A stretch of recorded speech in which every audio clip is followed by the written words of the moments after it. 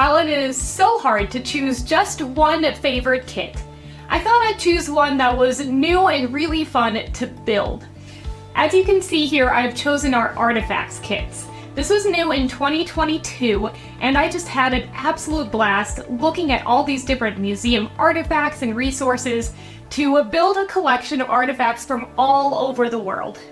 More than just finding resources from museums and things like that, I also got the chance to come in and do some 3D scanning of artifacts I had picked up while on my travels. So you can see here this Cycladic bull that I picked up in Greece, and then the 3D scan and print of the artifact that I was able to add to the kit. So I just had a lot of fun building this one, and I know it's going to help bring all these periods in history to life for so many students.